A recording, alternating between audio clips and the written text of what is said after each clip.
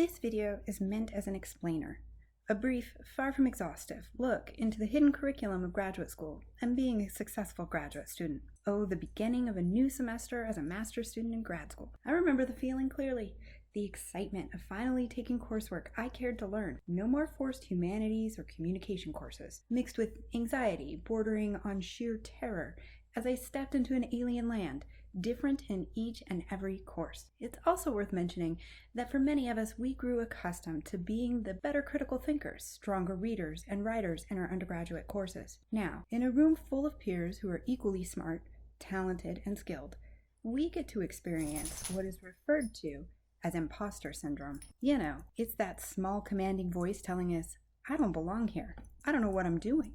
How the heck did I fool anyone and myself into thinking I'm grad student material? And that voice is always accompanied by its dearest friend, that heart in the pit of the stomach, racing yet blank mind feeling. This cruel inner voice and physical response causes us to question every thought we have about just about any topic, to feel unworthy, powerless, insecure in our knowledge, ability to contribute to anything meaningful, completely unable to contribute to discussions in class or even in the hallway nearly as eloquently as any other classmates. Here's my first realization. Imposter syndrome is not only normal in graduate school, but is commonplace for most every successful professional across nearly all industries. Don't believe me? Check out some recent information on imposter syndrome in the description of this video. Anyway, if you haven't personally met this demon yet, consider yourself lucky and prepare for the day you're introduced to one another, because that day is coming. Learning to excel despite the insecurities and anxiety of imposter syndrome is one lesson we learn in grad school that won't contribute to our grade point average, but not learning to navigate the demon will put an end to our aspirations for that master's or PhD, public or private sector, academic or executive career. It'll kill it faster than any advanced statistics course. Realization number 2. We're not in Kansas anymore, Toto. I don't know why I thought I knew what grad school would really be like. The only people I ever met who survived postgraduate education were my professors. I guess I imagined that grad school would look something like undergraduate school because that's what television commercials and movies made it seem like it would be. Walking in thinking that grad school is some extended version of a bachelor's program sets one up for a pretty big surprise. Graduate school has even more unspoken, somewhat hidden rules, and so much more to navigate than undergrad ever has. The remainder of this video intends to explain the many components to Sandra's realization number 2. The syllabus is not merely a document with a bunch of canned hoopla best left forgotten on the floor of the car's back seat or in that never-used spiral notebook. In graduate courses, the syllabus does have typical, canned, university-required policy statements, but the syllabus is your course Bible for the semester. Chances are, nearly everything you need to plan for, be working on, and your professor's expectations are in that course syllabus. In grad school, professors expect that you will read,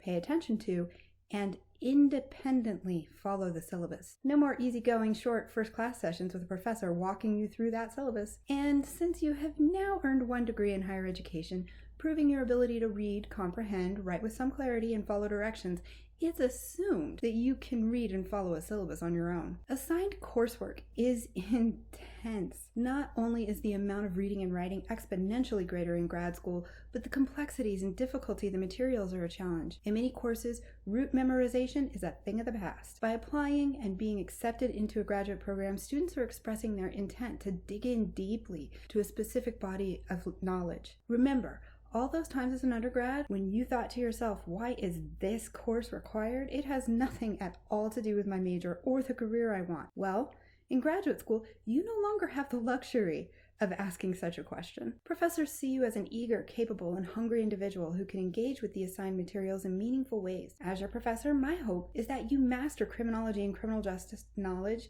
to the degree that I can confidently cheer for you at graduation, knowing without a doubt that you'll take your specialized knowledge into our criminal justice institutions and/or continue toward a PhD, confident in your ability to move beyond being a consumer of knowledge and toward becoming a creator of knowledge. I genuinely cannot wait for the day when I invite you to speak and share your criminal justice experience with future classes of undergrad and grad students. If you go on to complete a PhD, I can't wait to proudly support your work at conferences, teach your discoveries in future classes, and buy you a drink as we reminisce about your time as an NMSU master's student. Time management, work-life balance, Such a sweet idea. I promise to let you know if and when I, or really any of my academic colleagues, ever master these skills. But here's, a little story and some of the wisdom I can share. First, set realistic expectations and start saying no to as many additional responsibilities as possible. Sometimes self-care means relieving stress by getting through your to-do list, then setting in to binge some TV, hike, or cuddle. As a grad student,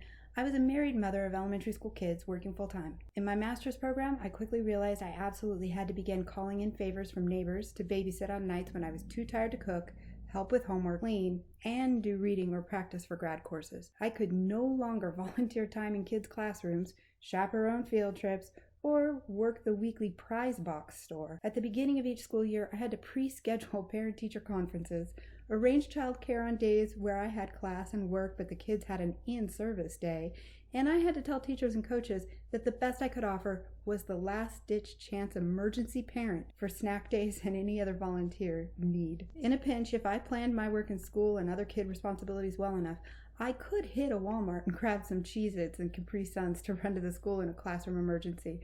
But that was actually the very best I could do, and I had to be happy with that. My partner, also working 60 or more hours per week, suddenly learned the difference between fresh parsley and cilantro at the grocery store. We had to sit down with a calendar and a stiff drink or two each time I registered for classes.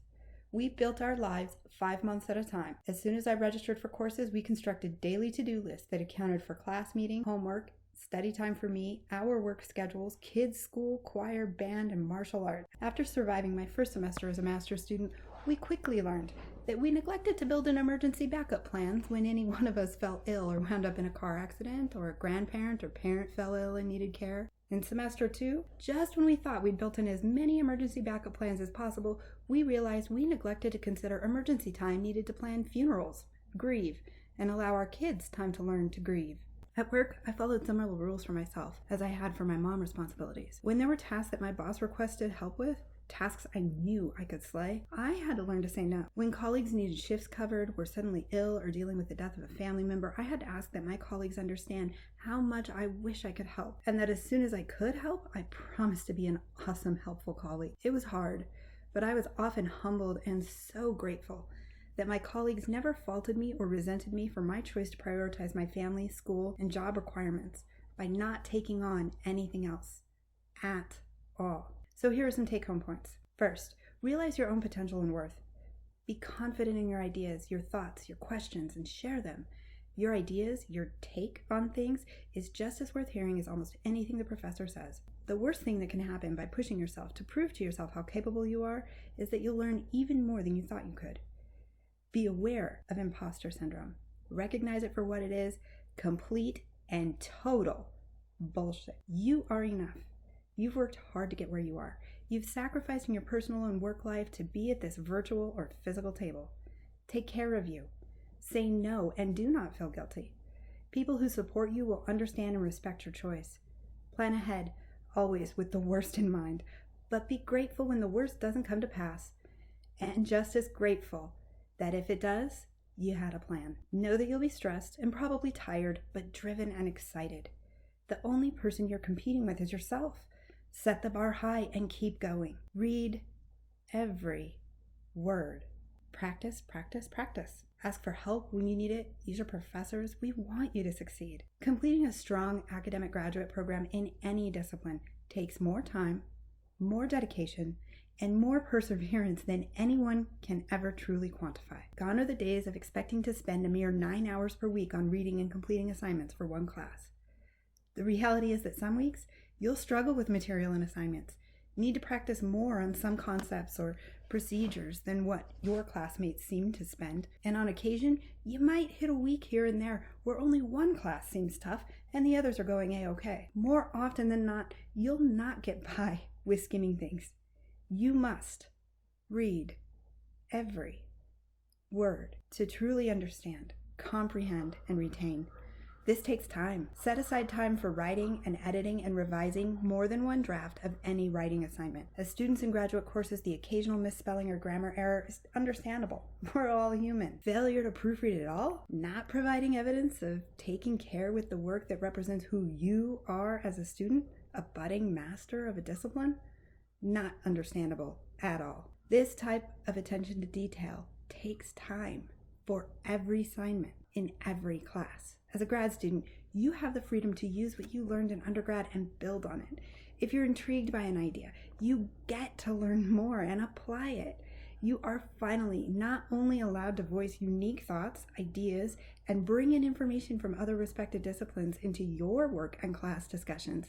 Your professors expect you to. You've now entered the realm of having fun in taking what you're learning in class and questioning it, building on it, bringing your own flavor and spice into a topic. Oh no, Dorothy, this isn't Kansas anymore, but I'm so glad we're in it together.